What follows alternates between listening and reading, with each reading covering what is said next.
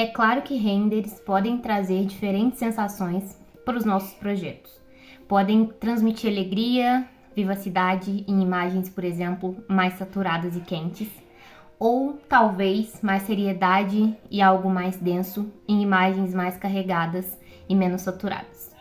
Tudo isso que a gente fala está muito ligado à subjetividade, então pode ser que você interprete de uma forma diferente da minha e tá tudo bem. O importante aqui é pensar e encontrar formas de fazer com que essas representações gráficas transmitam o que a gente de fato almeja passar para o nosso interlocutor. Então, como imagens podem melhorar a transmissão das ideias que nós desejamos?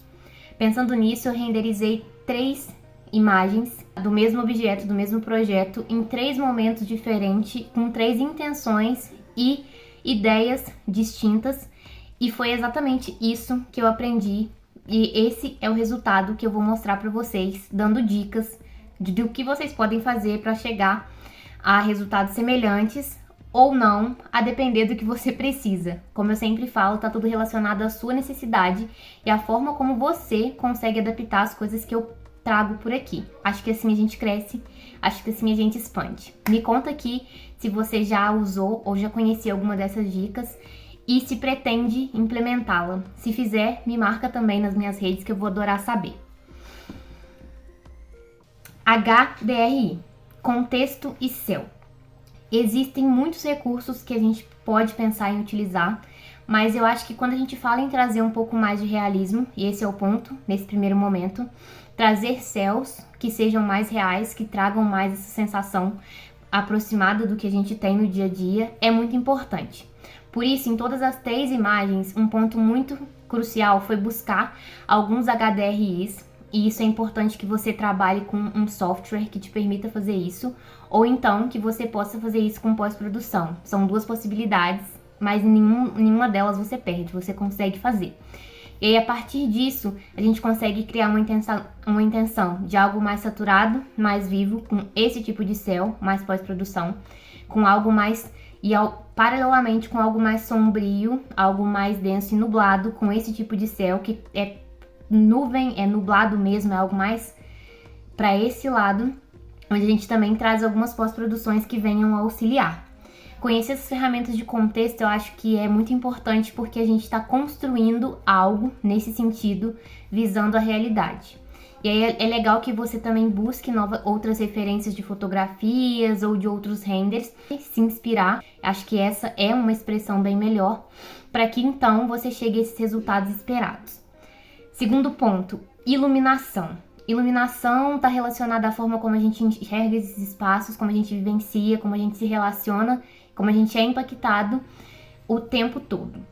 Então, iluminação e sol são elementos que você precisa saber trabalhar ou usar intencionalmente dentro do software que você trabalhar. E aqui independe qual que é o software, a ideia é que você saiba realmente fazer com que essa ferramenta ela trabalhe ao seu favor.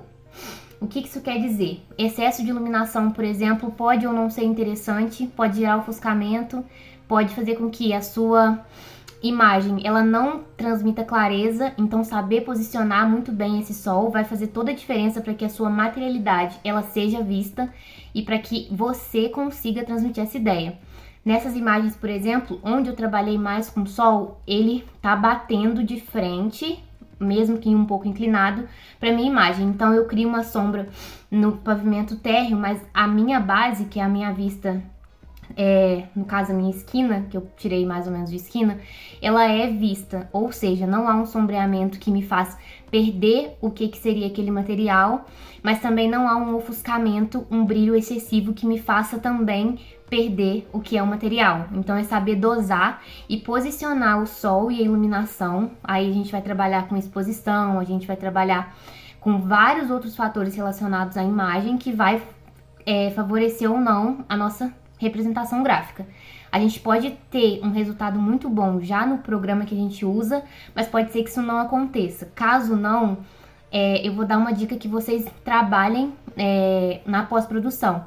Pode usar o Camera Raw do Photoshop, pode usar qualquer tipo de ajuste que te auxilie nessa questão de exposição, de temperatura, cor, que com certeza você vai conseguir melhorar o seu resultado.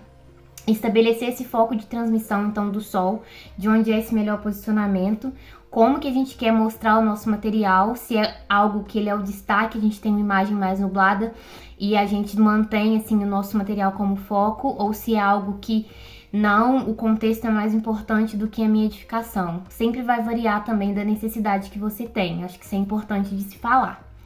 E aí, não deixe isso fora do radar e considera qual que é a finalidade da peça gráfica que você está fazendo. Isso é importante também. Vai ser algo que vai ser plotado, vai ser algo que vai ser demonstrado só graficamente em mídias digitais. Isso faz diferença. Então, lembra sempre de considerar e ir aprimorando de acordo com a finalidade. Terceiro ponto, perspectiva de 2 pontos de fuga e cena. Entender que o seu projeto ele pode ter diferentes visualizações e que você pode optar por aquela que for mais favorável. Eu acho que é importante a gente falar um pouco sobre cenas, porque nem sempre a gente tem essa visualização na faculdade, enquanto acadêmico. Eu não tinha até certo momento, hoje em dia eu aprimoro. Não quer dizer que tá perfeito, a gente vai melhorando ao longo do processo. Isso que é o que importa. Então, você pode trabalhar com cenas de fachada, é uma visualização que você vai trazer. Ou com cenas em diagonais, como essa que eu fiz nesse momento. Eu gosto bastante desse tipo de cena porque eu consigo ver mais de uma fachada, eu consigo entender uma relação dos dois lados e eu consigo expressar melhor a visualização 3D. Acho que posso dizer que seja isso. E aí, dentro de tudo isso, trabalhar com 2 pontos de fuga é importante porque a gente consegue manter uma regra e uma lógica que a gente tem já lá de aprender no desenho, na perspectiva, que faz com que o nosso desenho ele seja melhor enquadrado. E aí definir essa cena. A gente pode fazer isso com diferentes meios. Além desses 2 que eu falei de fachada, a gente pode mostrar foco em alguma coisa. De repente você tem algum elemento que se sobressai que você deseja mostrar. Isso também pode ser feito. E isso a gente pode levar tanto para imagens que são estáticas, quanto para vídeos, que também é importante que a gente tenha esses enquadramentos e estude um pouco mais a respeito de imagens. É interessante se fazer. Quarto ponto, ponto mágico que eu sempre falo para tudo, humanização. Humanização aqui eu utilizei de diferentes formas. Eu criei já um contexto básico com vegetações, mas eu entendi que em alguns momentos esse contexto ele poderia ser melhor representado dentro do que eu queria. Num primeiro momento, se eu tenho uma imagem mais saturada e mais viva, eu trago pessoas, eu trago alguns contextos, algumas melhorias no céu, e aí eu trago pássaro, eu trago nuvem, porque eu acho que a composição ela fica melhor representada. Eu trabalho com opacidade, eu trabalho com movimento, isso lá no Photoshop foi algo de pós-produção, e é disso que a gente está falando nesse momento, a humanização base, software, a humanização mais específica, software de renderização, que eu falei até então. A mais específica, software de pós-produção, no caso foi o Photoshop Online. E aí eu trouxe algumas pessoas e dentro disso, em alguns momentos eu achei válido trazer algumas vegetações complementares. Por alguns motivos, eu acho que quando eu mostro para vocês o antes e o depois, vocês conseguem entender que o impacto visual, a intenção da imagem, ela fica melhor representada quando eu trago esses elementos. E é esse o tipo de análise que a gente precisa fazer. E é indispensável que a gente pense em melhorar, porque as vegetações, às vezes, elas podem ser bem interessantes no programa que a gente trabalha, mas pode ser que a gente consiga resultados melhores com PNGs e vegetações específicas, até mesmo se você, no seu projeto, definiu já uma espécie, talvez seja melhor você trazer ela já certinho numa pós-produção. Acho que é importante falar para se atentar a algumas situações. Por exemplo, se a sua imagem é uma menos saturada, uma imagem mais fria, e você colocar uma vegetação mais quente, vai destoar, não é interessante. Então, é importante que faça um trabalho de pós-produção no seu PNG também, para que ele fique no mesmo tom da sua imagem, do seu render. E aí depois a gente vai falar um pouco mais disso, caso vocês tenham interesse, mas a princípio a ideia é essa, trabalhar dessa forma. E por fim, tudo isso está ligado ao ponto final, que é a pós-produção.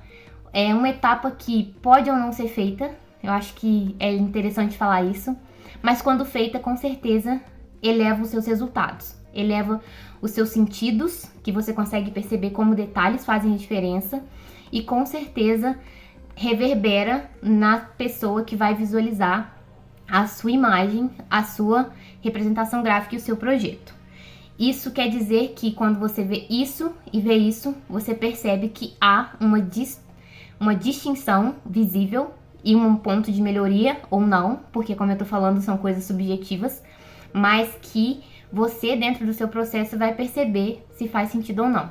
Pós-produção aqui eu tô falando no sentido de melhorar essas humanizações, caso você queira, trabalhar realmente com sombra, fazer com que essas pessoas elas estejam em movimento. Eu já falei sobre isso, quais são ferramentas que a gente pode utilizar para trabalhar dessa forma.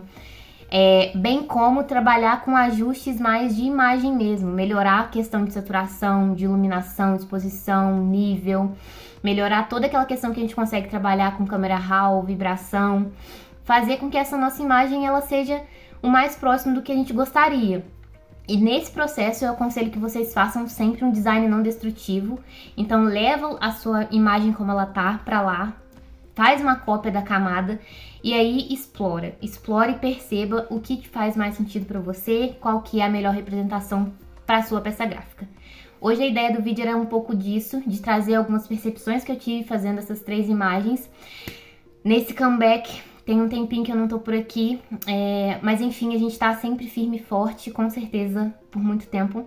Eu espero que ajude, que vocês possam pensar um pouquinho mais nesses aspectos e trazer para as imagens de vocês. Me conta aqui nos comentários o que você gostaria de ver por aqui. Se ficou até aqui, não deixa também de se inscrever caso não seja inscrito, de comentar e de compartilhar com pessoas que possam se interessar. E vou falar que nos próximos vídeos vou trazer alguns assuntos relacionados a mapas. Eu vejo que vocês gostam bastante desse tipo de representação. Tem bastante coisa que a gente pode explorar, eu acho que é válido. E me conta se você tem algum mapa em específico que você gostaria de aprender e se sim, em que tipo de programa você costumaria utilizar e qual você gostaria de aprimorar para aprender, talvez a melhorar ou fazer alguma coisa diferente. No mais é isso, como sempre vamos juntos, vamos longe, até a próxima e tchau, tchau pessoal!